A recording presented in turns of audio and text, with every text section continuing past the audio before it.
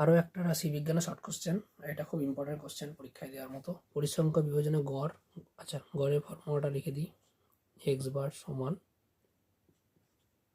Summation F I X I by summation F I.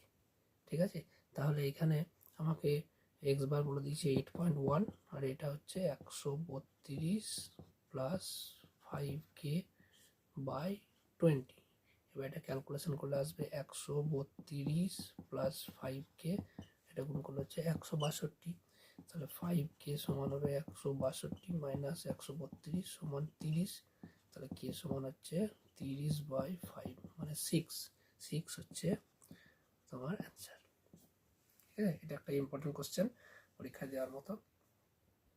ভালো করে বুঝে প্র্যাকটিস করবো। আর ক্যালকুলেশনটা স্পিডে করে দিলাম, ঠান্ডা মাথায় দেখবে, বারবার দেখবে।